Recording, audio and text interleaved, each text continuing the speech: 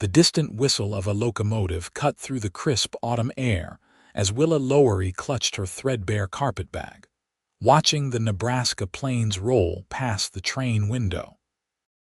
The year was 1876, and at 22 years old, she was traveling to a new life with a man she'd never met, a man who had promised her security and companionship through carefully worded letters that she'd read so many times the creases had nearly worn through the paper. Next stop, Aurora, Hamilton County. The conductor called, making his way through the passenger car. Willa smoothed her wrinkled blue traveling dress, a garment she'd sewn herself for this very occasion. The small town of Aurora had been described to her as a place of opportunity by her intended, Frank Wilcox, a cattle rancher who'd placed an advertisement for a bride in a Chicago newspaper 6 months prior. His letters had been kind, if not particularly romantic, speaking of practical matters, his modest but growing ranch, and his desire for a partner to share his life with. The train lurched to a stop, steam billowing past the windows as Willa gathered her few possessions. Her heart pounded against her ribs as she stepped onto the platform, scanning the small crowd for the face she'd seen only in a faded tintype, a man with a serious expression and a neatly trimmed beard. But Frank Wilcox was not there to meet her. Miss Lowery. A thin, bespectacled man in a dark suit approached her, hat in hand. "I'm Hiram Powell, the town's physician." "Yes, that's me," Willa replied, her stomach tightening at the solemn expression on the doctor's face. "Where is Mr. Wilcox? Is he unwell, doctor?" Powell's eyes dropped to the wooden planks of the platform. "I'm afraid I have some difficult news, Miss Lowery. Mr. Wilcox passed away 3 days ago. Pneumonia took him quickly." The world seemed to tilt beneath Willa's feet. "Dead." The word came out as barely a whisper. "But I just received a letter from him last week. He'd been ailing for some time but didn't want to worry you," the doctor explained. "I'm terribly sorry you've come all this way." Willa stood frozen, her carpetbag suddenly feeling as heavy as stone. The train whistle sounded behind her, the locomotive preparing to continue its journey westward. For a wild moment, she considered climbing back aboard, returning to Chicago where at least the misery was familiar, the crowded tenement where she'd shared a single room with 3 other seamstresses, the endless hours bent over fine ladies' garments she could never afford to wear herself. But Chicago held nothing for her now. She'd given up her position, sold what little she owned, and spent nearly every penny on this journey. "Is there," her voice cracked, "is there somewhere I might stay tonight until I can figure out what to do?" Dr. Powell nodded. "The widow Jenkins runs a boarding house. It's not much, but it's clean. I can take you there now if you'd like." Willa nodded numbly, following the doctor down the dusty main street of Aurora. The small prairie town was exactly as Frank had described it, a single street lined with false-fronted buildings, a church steeple visible at the far end, and scattered homesteads dotting the surrounding plains. In different circumstances, she might have found it charming.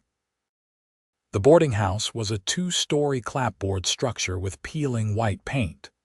Inside, Widow Jenkins, a stern-faced woman with iron-gray hair, listened to Dr. Powell's explanation with pursed lips before turning her shrewd gaze on Willa. "I can give you a room for 3 nights," she said. "That's all I can spare with the cattle buyers coming to town. It's 50 cents a night." Willa counted out the coins from her dwindling funds. 3 days to find work, find a more permanent place to stay, or somehow scrape together enough money to return east. The task seemed insurmountable. After being shown to a small, Spartan room, Willa sat on the edge of the narrow bed and finally allowed her tears to fall. She wept not just for Frank, a man she'd never truly known, but for herself, for the hope of a new beginning that had died with him. A soft knock at the door roused her from her grief. Hastily wiping her eyes, she opened it to find Dr. Powell standing there with a middle-aged woman in a faded calico dress. "Miss Lowery, this is Mrs. Thompson from the Church Ladies' Auxiliary. She's brought you something to eat and wanted to extend the town's condolences." Mrs. Thompson offered a covered basket. "Just some bread and cold chicken, dear. I'm sorry for your troubles." "Thank you," Willa said, accepting the basket. "You're very kind." After they departed, Willa found she had no appetite. She set the basket aside and moved to the small window that overlooked the rear of the property. The sun was beginning to set, casting long shadows across a stretch of open land, dotted with a few outbuildings and, in the distance, what appeared to be another homestead. As she watched, a rider on horseback approached that neighboring property. Even from this distance, she could see he was tall and broad-shouldered, sitting easily in the saddle with the comfortable grace of a man who'd spent his life on horseback. He dismounted in one fluid motion, patted his horse's neck, and led the animal toward a small barn. There was something comforting about watching this stranger go about his evening chores, a normal routine in a day that had been anything but normal for her.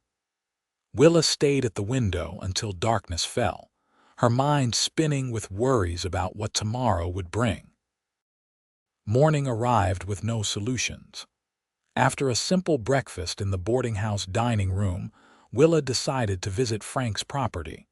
She needed to see the place that was supposed to have been her home, to make the reality of her situation sink in fully. Dr. Powell had provided directions. The Wilcox Ranch lay about a mile north of town. Willa walked along the rutted dirt road, the prairie stretching out around her in all directions under a vast blue sky. The October air was crisp, but not unpleasant, and despite everything, she found herself admiring the wild beauty of the Nebraska plains. The Wilcox Ranch came into view after about 30 minutes of walking, a modest one-story house with a barn and corral behind it. A few head of cattle grazed in a nearby pasture. It was smaller than she'd imagined from Frank's letters, but neat and well-maintained. As she approached, she noticed a man working in the corral, his back to her. For a disorienting moment, her heart leapt. Could there have been some mistake? But when he turned, she saw it wasn't Frank, but rather the rider she'd observed from her window the previous evening. He spotted her and paused, hammer in hand. After a moment's hesitation, he set down his tools and walked toward her, removing his hat as he approached.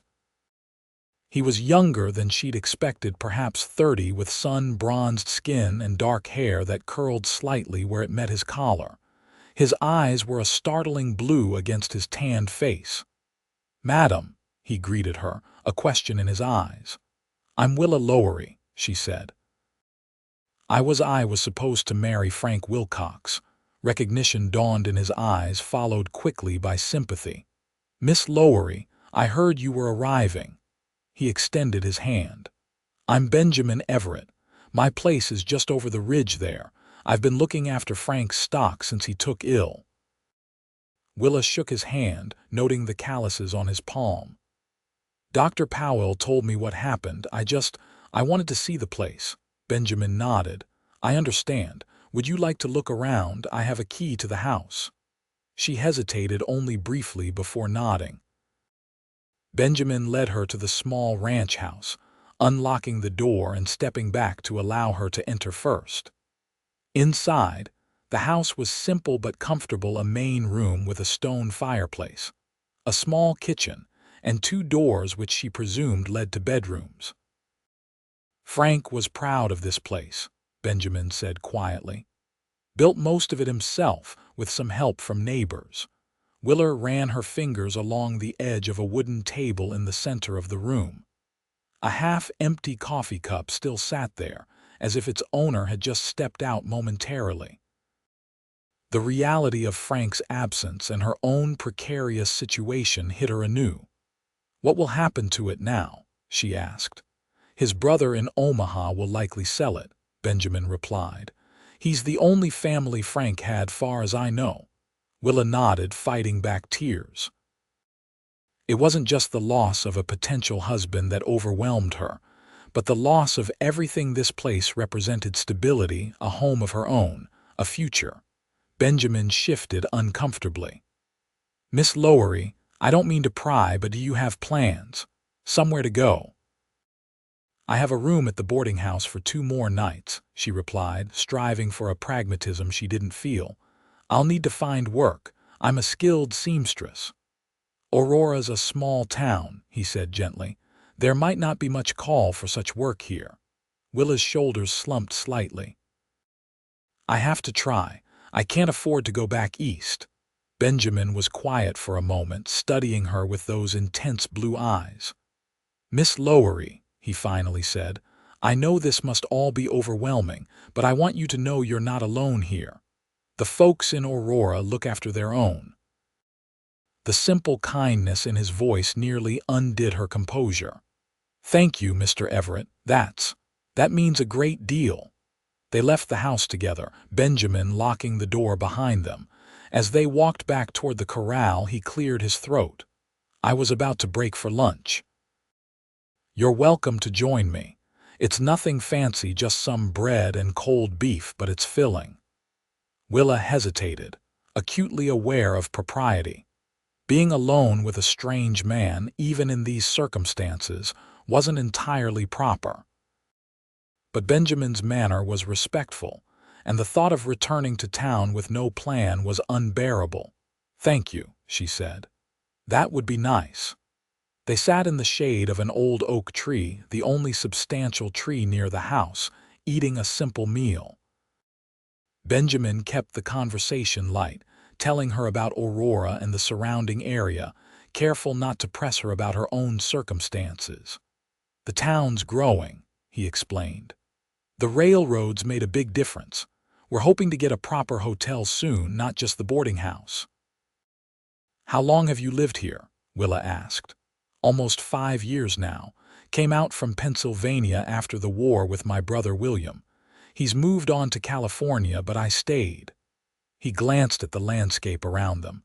Fell in love with the open space, I suppose. It is beautiful, Willa admitted, looking out at the rolling prairie. Different from Chicago. I imagine so. He hesitated. Miss Lowery, I don't mean to overstep, but I have a proposition that might help your situation. Willa tensed slightly, wary of what might follow. Noticing her reaction, Benjamin quickly continued. Frank mentioned in passing that you were handy with a needle. My sister-in-law left behind quite a bit of fabric and sewing supplies when they moved west. I have no use for them. They're yours if you want them. Relief flooded through her. That's very generous, Mr. Everett. And, he continued, the school teacher, Miss Abernathy, was just saying yesterday that her winter coat needs mending. Perhaps that could be your first commission in Aurora. For the first time since arriving in Nebraska, Willa felt a flicker of hope. I would be most grateful for an introduction. Benjamin nodded. I can take you into town tomorrow, introduce you around. As they finished their meal, a thought occurred to Willa. Mr. Everett, may I ask you something about Frank? The letters he wrote me were always so practical. I never felt I really knew him. Benjamin considered this. Frank was a good man, quiet, hardworking, not one for flowery words or grand gestures, but honest to his core. He paused. He spoke of you often these last months. Said he was lucky to have found a woman willing to take a chance on a plain rancher. This small glimpse into the man she'd agreed to marry brought tears to Willa's eyes. Thank you for telling me that. As promised, Benjamin arrived at the boarding house the following morning with his wagon. He'd brought the sewing supplies, 3 large wooden crates containing fabric, thread, buttons, and an assortment of notions that made Willa's heart leap with possibility. This is far more than I expected, she said, examining the contents with growing excitement. Your sister-in-law must have been quite the seamstress. Clara had grand plans to make dresses for all the ladies in the territory, Benjamin said with a slight smile. Then she discovered she preferred ranching to sewing. Their first stop was the modest home of Edith Abernathy, the school teacher. A thin woman with intelligent eyes, she greeted them warmly and was delighted to learn of Willa's skills. "My winter coat is in desperate need of attention," she confirmed, retrieving a well-worn wool garment. "And to be honest, I could use some help with several other items as well. Teaching leaves little time for mending." By noon, Willa had secured 3 more commissions. The Reverend's wife needed new curtains for the parsonage. Mrs. Thompson from the church auxiliary had a wedding quilt to finish before her daughter's December nuptials. And the mercantile owner's daughter required alterations to a dress that had been ordered from a catalog, but arrived ill-fitting. "You've made quite an impression," Benjamin observed as they left the mercantile. "That should keep you busy for a while." "Yes," Willa agreed, feeling a weight lift from her shoulders, "though I'll still need to find more permanent accommodations." Mrs. Jenkins was quite firm about the 3-day limit. Benjamin frowned thoughtfully. "There's not much available in town right now. The cattle buyers always take up what little space there is." They walked in silence for a moment, Willa's mind racing with possibilities. Perhaps she could propose a trade with someone sewing in exchange for a place to stay. "There is one option," Benjamin said suddenly. "Frank's place. His brother won't be coming to settle the estate for at least a month, according to the telegram Dr. Powell received. You could stay there in the meantime." Willa stopped walking. "Stay at Frank's house. Alone. It would give you time to get established, save some money," Benjamin pointed out. "And it's rightfully where you would have been living anyway, had circumstances been different." The logic was sound, but Willa's concern must have shown on her face. "I understand your hesitation," Benjamin added. "It wouldn't be proper for a young woman to live alone on a ranch." He paused. "But Mrs. Thompson mentioned yesterday that her niece is arriving next week. Perhaps she could stay with you as a companion, at least until you find something more suitable." The solution was far from perfect, but it was the best option Willa had heard so far. "Do you think Mrs. Thompson would agree to such an arrangement?" "Only one way to find out," Benjamin replied with a small smile. To Willa's relief, Mrs. Thompson was enthusiastic about the idea. Her niece, Sarah, was coming to Aurora to teach piano, and the arrangement would benefit both young women. With that hurdle cleared, Benjamin helped Willa move her meager belongings and the sewing supplies to Frank's house that very afternoon. Standing in the main room, surrounded by her crates of fabric and thread, Willa felt an odd mixture of emotions. This house should have been her home as Frank's wife. Instead, she was a temporary occupant, a stranger among his belongings. "I'll check on the livestock morning and evening," Benjamin assured her. "And I'm just over the ridge if you need anything. Mrs. Thompson will bring Sarah out as soon as she arrives." "Thank you for all your help, Mr. Everett," Willa said sincerely. "I don't know what I would have done without your kindness." A faint color rose in his tanned cheeks. "It's nothing more than Frank would have done for a neighbor." After he left, Willa explored the house more thoroughly. The second bedroom was small but neat, with a narrow bed and a chest of drawers. The kitchen was well stocked with basic provisions. In Frank's bedroom, she found a Bible on the nightstand, a daguerreotype of an older couple she assumed were his parents, and a letter addressed to her in his familiar handwriting. With trembling hands, she opened it. "Dear Miss Lowery," it began. "By the time you read this, we will be married, and this house will be your home as much as it is mine. I want you to know that while our arrangement began as one of practicality, I have come to hold you in the highest esteem through our correspondence. I promise to be a good husband to you and to work every day to make this life one you won't regret choosing. Yours sincerely, Frank Wilcox. Tears blurred her vision. It wasn't a love letter in the traditional sense, but it revealed a decency and thoughtfulness that made her mourn anew for the man she would never truly know. The week passed in a blur of activity as Willa established her sewing business.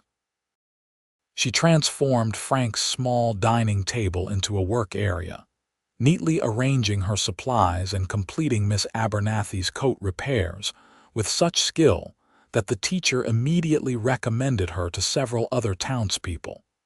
Benjamin visited daily, tending to the cattle and horses. Sometimes he would join her for coffee after his chores, their conversations growing easier and more natural with each meeting. She learned that he'd fought for the Union in the war, that he loved to read, particularly Mr. Twain's works, and that he played the harmonica, though he claimed to do so poorly. "My brother's the musical one in the family," he explained one evening as they sat on the porch. "Used to drive our mother to distraction with his fiddle playing at all hours." "And what drove her to distraction about you?" Willa asked with a small smile. Benjamin laughed. "My endless questions, I suppose. I was always taking things apart to see how they worked. Not always successful at putting them back together, mind you." There was something comforting about these quiet conversations, something that made the lonely house feel less empty.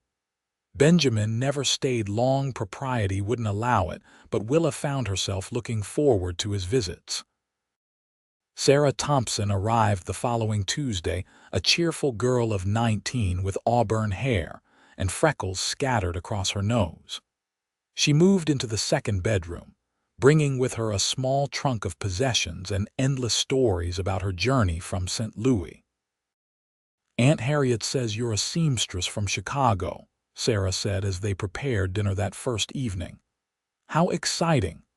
I've always wanted to visit Chicago. Is it as grand as they say?" "Parts of it," Willa replied, slicing bread. "Though I saw more of the workrooms than the grand hotels and theaters. Still, it must have been something," Sarah sighed dreamily. "Aurora seems so small after St. Louis." "It has its charms," Willa found herself saying, thinking of the friendly townspeople, the beautiful prairie landscapes, and Benjamin's kind blue eyes. Sarah gave her a knowing look. "Speaking of charms, Aunt Harriet mentioned the handsome rancher next door who's been so helpful to you." Willa felt her cheeks warm. "Mr. Everett has been very kind, as have many people in town." "MMM," Sarah hummed noncommittally, a mischievous smile playing at her lips. With Sarah's company and her sewing work steadily increasing, Willa began to feel less adrift. October gave way to November, bringing colder temperatures and the promise of winter. Her days fell into a pleasant routine, sewing by the window during daylight hours, cooking meals with Sarah, and occasional visits into town for supplies or to deliver completed work. Benjamin remained a constant presence, checking on them regularly and often bringing small gifts, fresh eggs from his chickens, a book he thought Willa might enjoy, sheet music for Sarah. Willa told herself his attention was merely neighborly concern, but she couldn't deny the flutter in her stomach whenever he appeared at the door. One crisp morning in mid-November, Willa was hanging laundry on the line behind the house when she noticed a cloud of dust on the horizon. As it drew closer, she made out a wagon being driven at some speed. Benjamin rode alongside it on his horse. Sarah emerged from the house, drawn by the commotion. "Who is that?" "I'm not sure," Willa replied, shading her eyes against the sun. The wagon pulled up to the house, and Willa recognized Dr. Powell at the reins. A man she'd never seen before sat beside him, middle-aged, well-dressed, with a physical resemblance to Frank that immediately identified him as the brother from Omaha. Benjamin dismounted quickly, coming to stand protectively near Willa and Sarah. "Miss Lowery, this is Howard Wilcox, Frank's brother." Howard nodded curtly, his expression unreadable. "Miss Lowery, Dr. Powell has explained the unusual situation here, Mr. Wilcox," Willa greeted him. "I'm very sorry about your brother. He spoke highly of you in his letters." A flicker of emotion crossed Howard's face before he composed himself again. "Thank you. Frank was a good man." He glanced at the house behind her.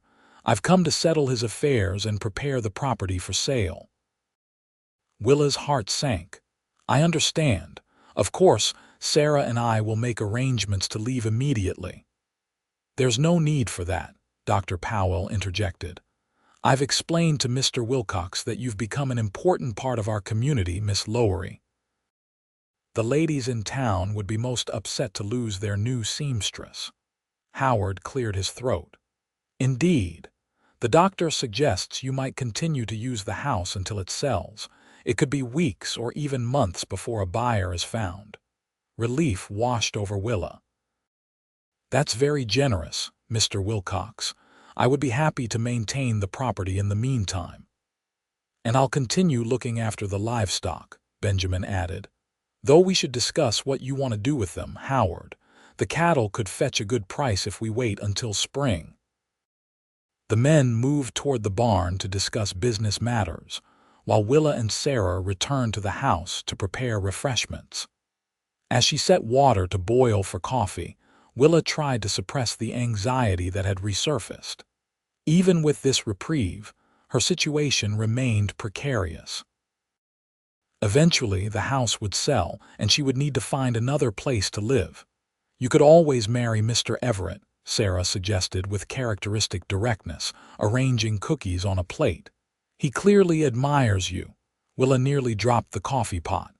"Sarah, what an improper suggestion." "Mr. Everett has been kind, nothing more." Sarah raised an eyebrow. "If you say so. But I've seen the way he looks at you when he thinks no one is watching." Before Willa could respond, the men entered the house. Howard spent the next hour going through Frank's personal belongings, setting aside a few items to take with him and instructing Willa to distribute the rest as she saw fit. He was businesslike but not unkind, and when he departed for town in the late afternoon, he assured Willa she could stay as long as needed. "Frank would have wanted his home to be useful," he said. "And Dr. Powell speaks very highly of you." Benjamin remained after the others left, helping Willa and Sarah with some minor repairs to the chicken coop. As they worked, Willa found herself studying him when he wasn't looking, noticing the way his shirt stretched across his shoulders, the careful precision of his hands as he hammered nails, the way his eyes crinkled at the corners when he smiled. Sarah's words echoed in her mind, making her wonder if there could be some truth to them. But even if Benjamin did harbor some affection for her, what then? She had come to Aurora to marry one man. Would it not seem callous to turn her attention to another so quickly? These thoughts troubled her through the evening and into the next day as she worked on Mrs. Thompson's quilt. She was so distracted that she pricked her finger multiple times, leaving tiny drops of blood on the white fabric that needed to be carefully washed out. "You seem preoccupied," Sarah observed as they prepared supper that evening. "Is it what Aunt Harriet's brother said today, about a possible buyer already?" Willa looked up in alarm. "What? No, I hadn't heard anything about that." Sarah clapped a hand over her mouth. "Oh. I thought Benjamin had told you. Aunt Harriet mentioned it when I stopped by for sheet music this afternoon. Apparently, a cattle rancher from Kansas expressed interest when he heard the Wilcox place might be available." The news settled like a stone in Willa's stomach.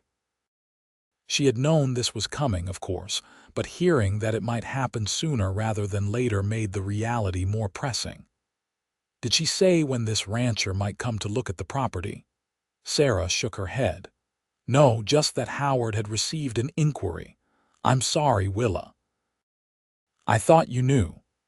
The evening passed slowly, Willa's mind churning with worries about the future.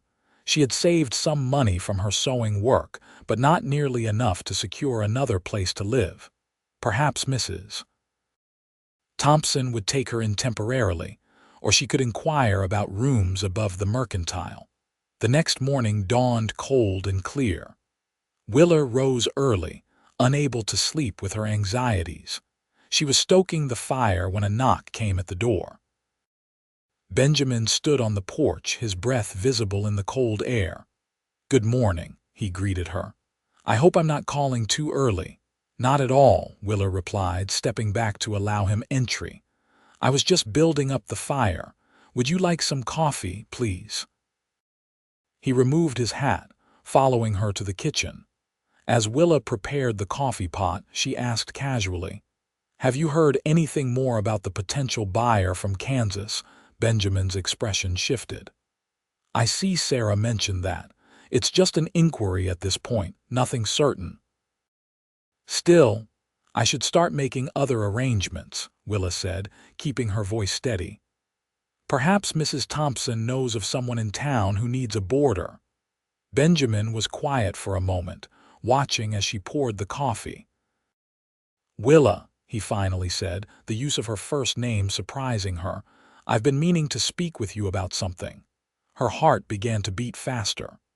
"Yes. My place, it's bigger than I need. 3 bedrooms, in fact. My brother and sister-in-law lived with me until they moved to California." He paused, seeming to gather his thoughts. "What I'm trying to say is there's plenty of room for you, and Sarah too if she wishes." Willa stared at him, uncertain how to interpret the offer. "Mr. Everett, that's very kind, but Benjamin," he corrected. "Please." "Benjamin," she amended, the name feeling intimate on her lips. "I couldn't impose on you that way. It wouldn't be an imposition. The house is too empty with just me." He took a breath. "And if I'm being honest, I've grown accustomed to your company these past weeks, more than accustomed. I look forward to our conversations more than anything else in my day." Willa felt a warmth spreading through her that had nothing to do with the fire in the hearth. "I enjoy them too," she admitted softly. "I know this is sudden," Benjamin continued. "And I know you came to Aurora expecting a different life entirely. I'm not proposing marriage, not yet. That would be too soon for both of us. But I am offering you a place to stay for as long as you need it, a chance for us to know each other better." Willa's mind raced with the implications of his offer, the propriety of it, and her own confused feelings. "People would talk," she said, though without much conviction. "Let them," Benjamin replied with a small smile. "Aurora's a good community, but they do enjoy their gossip. If it bothers you, we could have Mrs. Thompson serve as chaperone until we decide if there might be something more between us." The directness of his words both startled and pleased her. There was no artifice in Benjamin Everett, no hidden meanings or false promises. He was offering friendship and the possibility of something deeper, with no pressure or expectations. "I'll consider it," Willa said finally. "Thank you." His smile made her heart flutter. "That's all I ask." The potential buyer from Kansas arrived 3 days later, a boisterous man named Carlton Fletcher, with a handlebar mustache and ambitious plans to expand his cattle operation into Nebraska. He toured the property with Howard Wilcox, asking pointed questions about water rights and grazing capacity, while Willa tried to make herself inconspicuous inside the house. "It's a fine piece of land," Fletcher declared as the men returned to the yard where Benjamin waited with their horses. "Smaller than what I'm used to, but the location is good, close to the railroad for shipping." "Frank chose it carefully," Howard replied. "He always had a good eye for land." Fletcher nodded, turning to Benjamin. "Everett, you mentioned your property adjoins this one to the west." "That's right," Benjamin confirmed. "Any interest in selling? Combined, the 2 spreads would make a respectable ranch." Benjamin shook his head firmly. "Not selling. That land's been my home for 5 years. Plan to keep it that way." Fletcher looked disappointed but not surprised. Can't blame a man for asking. Well, Wilcox, I'll consider your asking price and send word within the week.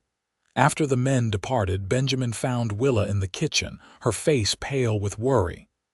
It seems likely he'll make an offer, she said quietly. Yes, Benjamin agreed. Carlton Fletcher usually gets what he wants, but Howard won't accept less than a fair price and negotiations could take time. He paused. Have you thought more about my offer? Willa had thought of little else for 3 days. I have, she admitted, and I'm grateful for it, truly. But I worry about imposing, about what people might think. Willa, he interrupted gently. Since you arrived in Aurora, you've faced every challenge with courage and dignity. You've built a business from nothing, made friends, created a place for yourself here. Why stop now? Why let concern for gossip determine your path? His words struck a chord in her. He was right, she had overcome significant obstacles since arriving in Nebraska. Compared to finding her intended groom dead upon arrival, what was a little town gossip? You're right, she said, straightening her shoulders. I accept your offer, for myself and for Sarah if she wishes to come. The relief and happiness that spread across Benjamin's face told her she'd made the right decision. You won't regret it, he promised. Howard Wilcox received and accepted an offer from Carlton Fletcher the following week. The sale would be finalized after the new year, giving Willa and Sarah until January to relocate. To Willa's relief, Sarah was enthusiastic about moving to the Everett ranch. It's closer to town, the younger woman pointed out practically. Much more convenient for my piano students, and Benjamin has a piano that hasn't been played in years, just gathering dust since his sister-in-law left. Mrs.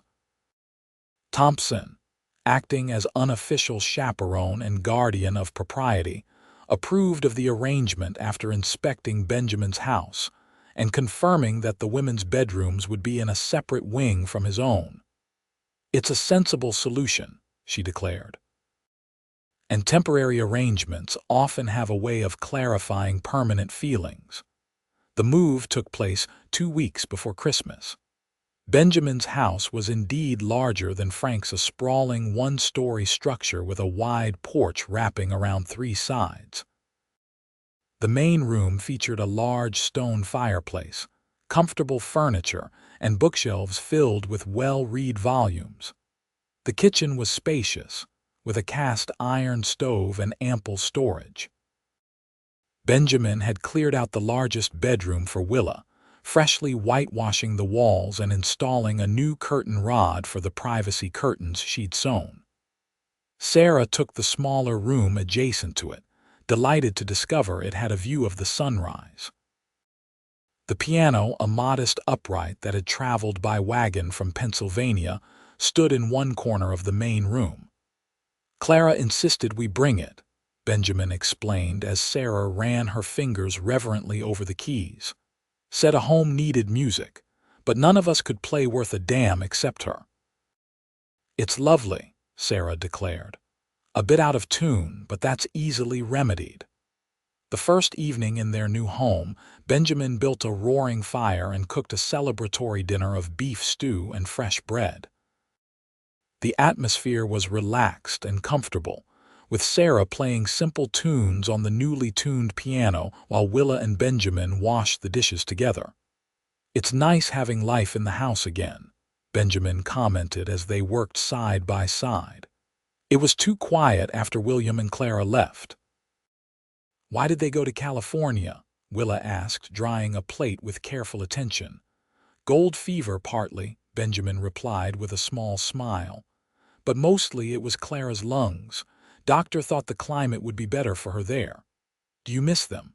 Sometimes, he admitted. William and I have been close since we were boys, but I understood why they had to go. He glanced at her. And now the house is full again.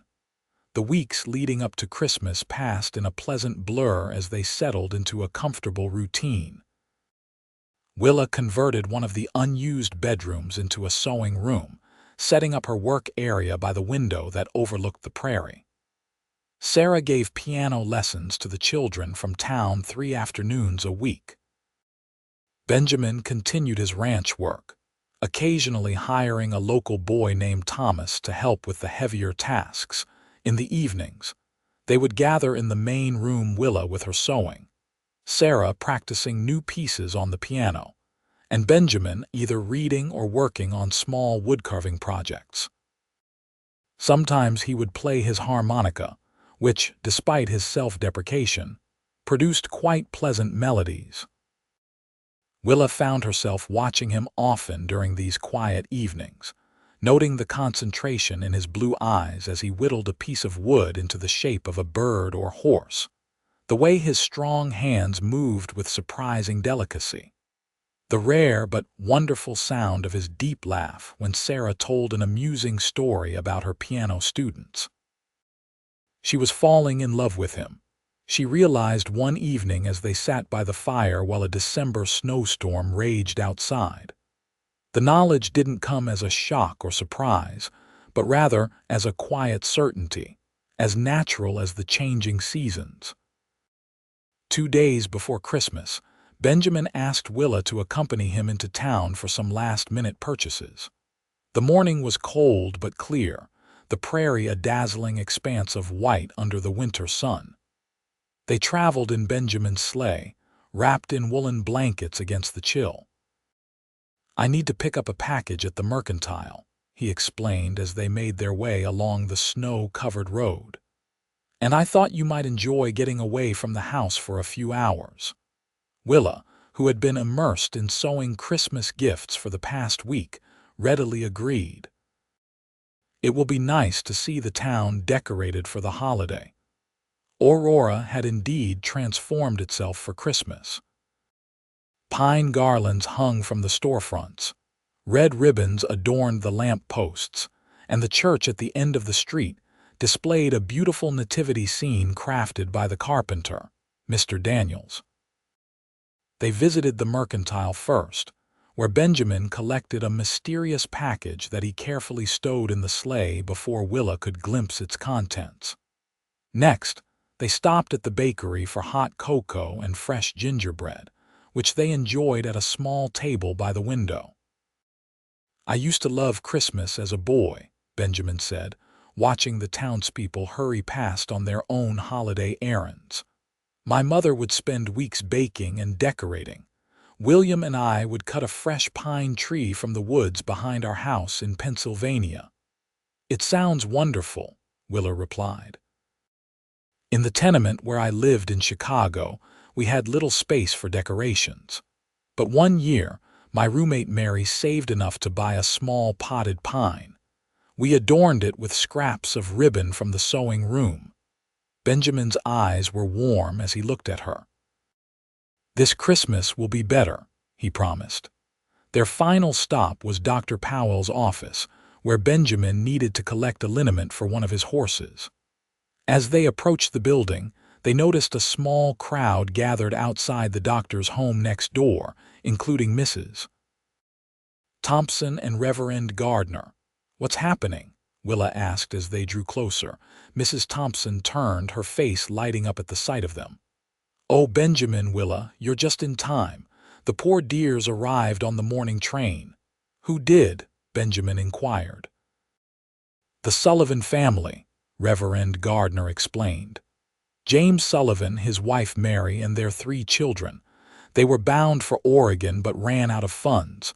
Mrs. Sullivan is unwell. The journey was too much for her in her condition." "Her condition?" Willa asked. "She's expecting their 4th child," Mrs. Thompson clarified. "Due any day now by the look of her. They spent their last money on a hotel room last night but can't afford to stay longer." Benjamin frowned. "Where will they go? They can't continue to Oregon in this weather, especially with Mrs. Sullivan about to deliver."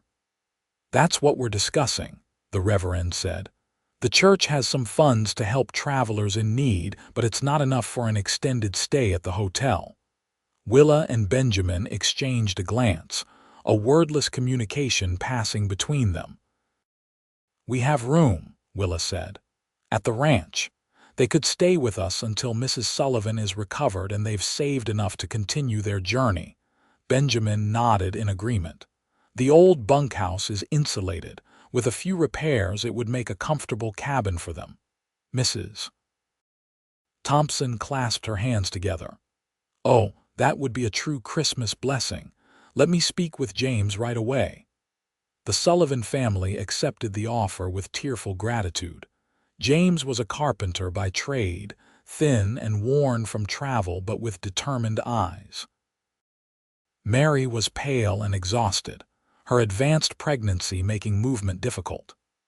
Their children, 2 boys and a girl, all under the age of 10, were subdued but polite, clearly unaccustomed to accepting charity.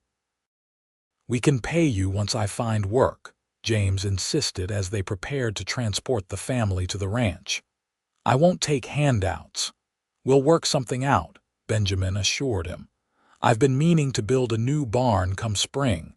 Could use a skilled carpenter's help with that." By evening, the Sullivans were settled in the bunkhouse, which Benjamin and Thomas had quickly outfitted with additional furnishings from the main house. A fire roared in the small stove, and the children were tucked into makeshift beds, their faces relaxed in sleep for the first time in many long days of travel. "You've done a wonderful thing," Willa told Benjamin as they walked back to the main house together under a star-filled sky. "Taking in strangers at Christmas." Benjamin corrected her. "You suggested it first." He looked up at the brilliant stars. "Besides, isn't that what Christmas is about? Making room for those in need?" Willa slipped her hand into his, a gesture that felt both bold and entirely natural. "Yes," she agreed softly. "It is." Christmas morning dawned bright and clear. Sarah was the first awake, her excitement reminiscent of a much younger girl as she roused Willa and Benjamin to join her by the tree they had decorated in the main room. The modest pine was adorned with paper stars, strings of dried berries, and a few precious glass ornaments that had belonged to Benjamin's mother.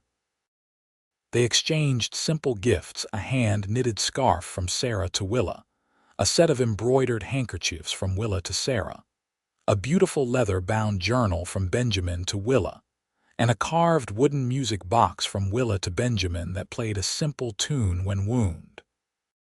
"It's beautiful," Benjamin said, turning the small box in his hands.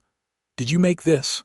"Mr. Daniels helped with the mechanism," Willa admitted, "but I designed it and helped with the carving." Benjamin's eyes held hers for a long moment. "I'll treasure it always." After breakfast, they bundled up to visit the Sullivans in the bunkhouse, bringing baskets of food and small gifts for the children. They found the family in good spirits, the warm shelter and promise of stability having worked wonders for their outlook. "Mary's feeling stronger today," James reported. "Dr. Powell says the baby might wait until the new year now that she's resting properly." They invited the Sullivans to join them for Christmas dinner, an offer that was gratefully accepted. The day passed in a flurry of cooking and preparation, with Willa and Sarah working together to roast a chicken, bake bread, and prepare vegetables from Benjamin's root cellar.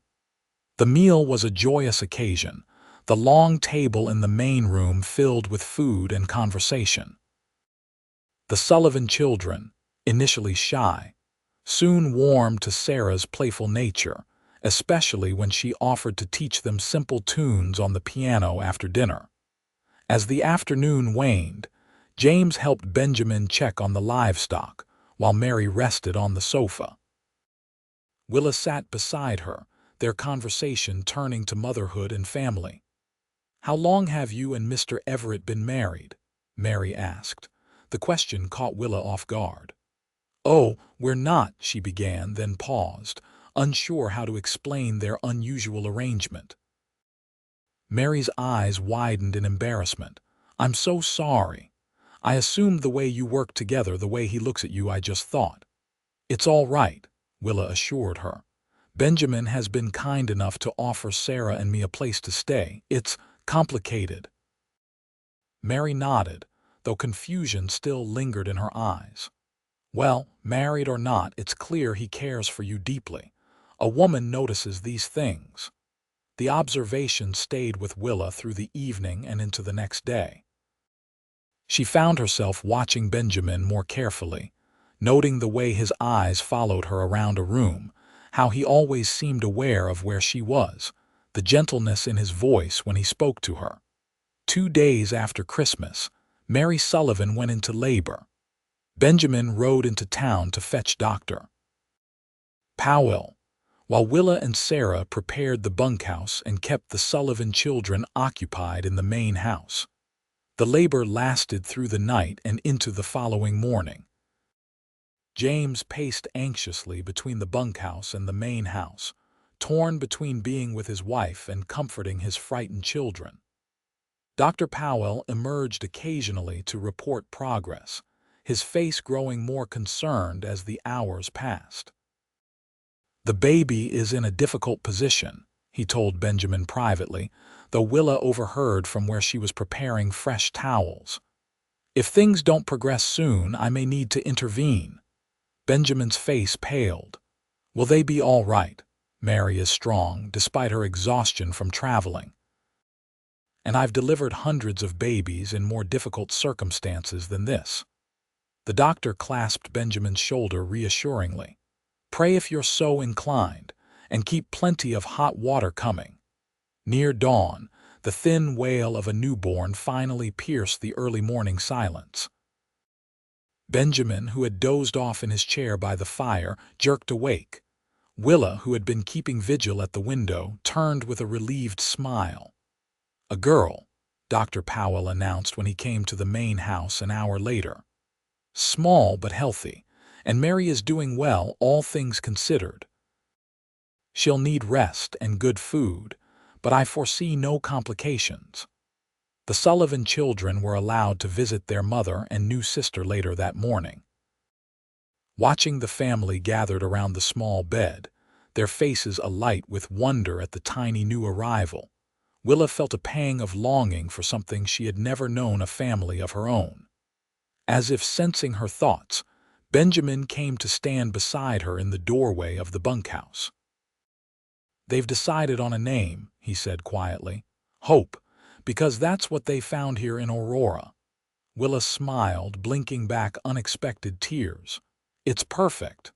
The days between Christmas and New Year passed peacefully. Mary and baby Hope grew stronger. James found work helping the blacksmith in town, and the Sullivan children became regular visitors to the main house, especially when Sarah was giving piano lessons. On New Year's Eve, after the Sullivans had retired to the bunkhouse, and Sarah had gone to bed claiming a headache, though Willa suspected it was a deliberate attempt to leave her alone with Benjamin, Willa found herself sitting by the fire with Benjamin, enjoying a rare moment of solitude.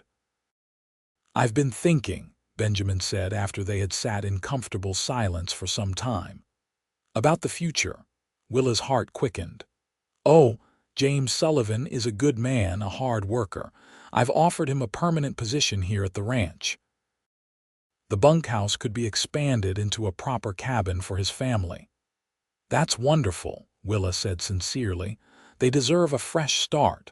Benjamin nodded, staring into the fire. "It got me thinking about other new beginnings." He turned to face her fully. "Willa, these past weeks with you and Sarah here have been the happiest I can remember. I know our arrangement was meant to be temporary, but I find myself hoping it might become permanent." Willa's breath caught in her throat. "Benjamin, I'm not asking for an answer tonight," he hurried to add. "I know this isn't the conventional way of things. You came to Aurora to marry another man, and fate had different plans. I wouldn't want you to think I'm taking advantage of your circumstances." "I would never think that," Willa assured him, reaching for his hand. "You've been nothing but kind and respectful since the day we met." Benjamin's fingers intertwined with hers. "The truth is, I started falling in love with you that first day at Frank's ranch. Your courage, your dignity in the face of such disappointment, it was unlike anything I'd ever seen."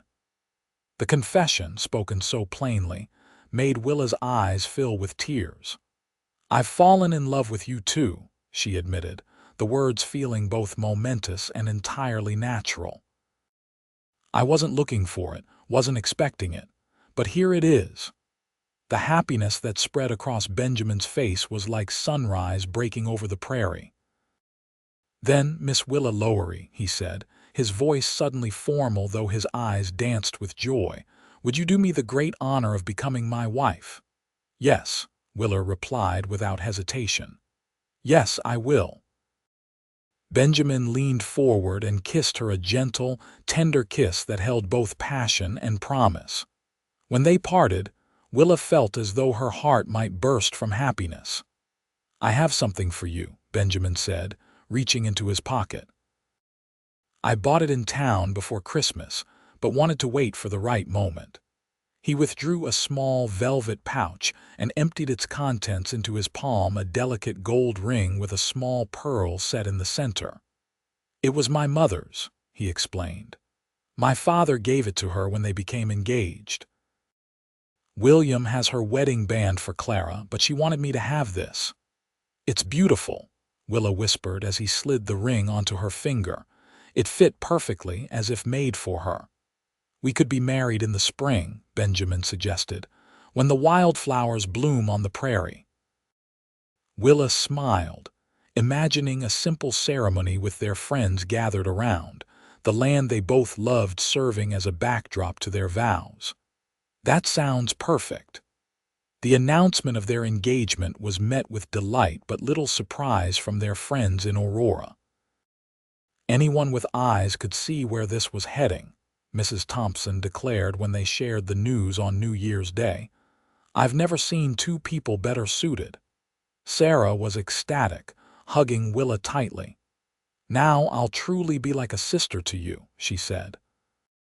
"For I have no intention of leaving Aurora anytime soon. My piano students need me, and I've grown fond of this little town." The winter months passed in a blur of wedding preparations and daily life on the ranch.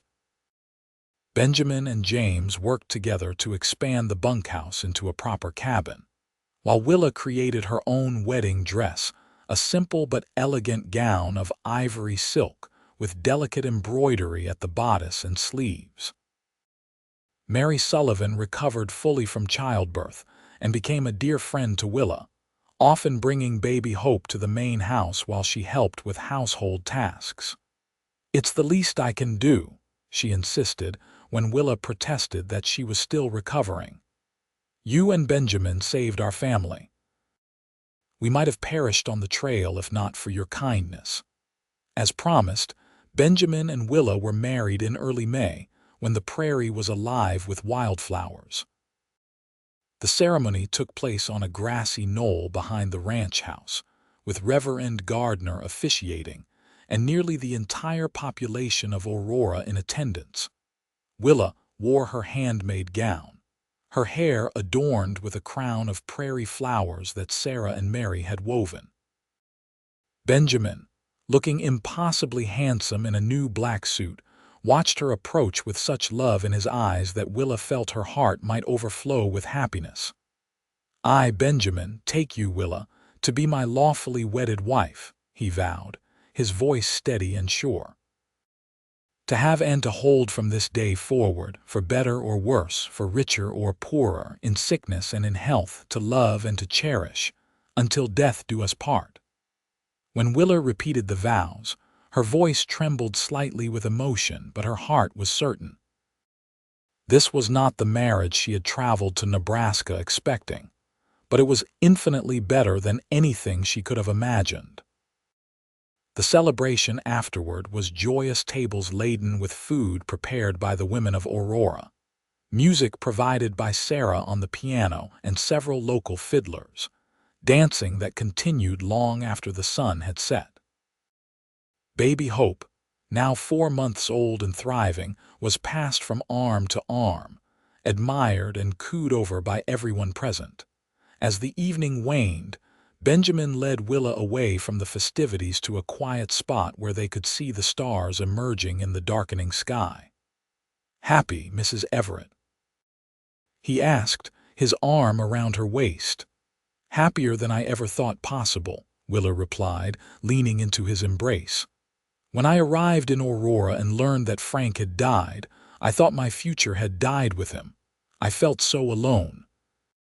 "You're not alone," Benjamin murmured, echoing the words he'd spoken to her that first day at Frank's ranch. "You'll never be alone again." Spring gave way to summer, and life at the Everett Ranch settled into a pleasant rhythm. Willa's sewing business continued to flourish, with orders coming not just from Aurora but from neighboring communities as word of her skill spread. Benjamin's cattle herd grew, and with James Sullivan's help, he built the new barn he'd been planning. In late August, as the prairie grasses turned golden under the summer sun, Willa confirmed what she had suspected for several weeks: she was expecting their first child. Benjamin received the news with tears of joy, lifting Willa into his arms and spinning her around before setting her down carefully, suddenly concerned about her condition. "I'm not made of glass," she laughed, touching his worried face. "Women have been having babies since the beginning of time." "Yes, but not my wife carrying my child," Benjamin replied, his hands gentle on her still flat stomach. "You must promise to be careful." The pregnancy progressed smoothly through the fall and into winter. Dr. Powell pronounced Willa to be in excellent health at each examination, and Mary Sullivan proved to be an invaluable source of advice and reassurance. Christmas that year was even more joyous than the last. With the Sullivan family fully integrated into ranch life and Willa and Benjamin anticipating the arrival of their child in early spring. Sarah, who had moved into rooms above the mercantile in town to be closer to her growing number of piano students, returned to the ranch for the holidays, bringing gifts and stories about her courtship with the new schoolteacher, a soft-spoken man named Michael Hayes. "Life has a way of working out," Sarah mused as she and Willa decorated the Christmas tree while Benjamin and James chopped more firewood outside. "Who would have thought, when you arrived in Aurora to find Frank had died, that a year later you'd be happily married and expecting a baby?" "I certainly didn't," Willa admitted, resting a hand on her swollen abdomen. "I thought my life was over before it had properly begun." "Instead, it was just starting," Sarah said with a smile. "Perhaps that's the lesson in all of this: endings are often just disguised beginnings." The baby, a boy they named William Frank Everett in honor of both Benjamin's brother and the man whose death had inadvertently brought them together, was born on a bright April morning in 1878. He had his father's blue eyes and a shock of dark hair that stood up in all directions. "He's perfect," Benjamin whispered, cradling his son with awe. "Absolutely perfect." Willa, exhausted but radiant, watched her husband and child with a heart so full she thought it might burst. "He is," she agreed, "and so is this life we've built." As spring turned to summer, Willa often sat on the porch in the evening, nursing William while Benjamin finished his chores. The Sullivan children would play in the yard, their laughter mingling with the songs of meadowlarks and the gentle lowing of cattle in the distance. Sometimes, in these quiet moments, Willa would remember that day at the train station in Aurora, the crushing despair she had felt upon learning of Frank's death. "You're not alone," Benjamin had told her that first day at the ranch. Words that had seemed like simple kindness, then had become the foundation of her life now, a life filled with love, purpose, and belonging.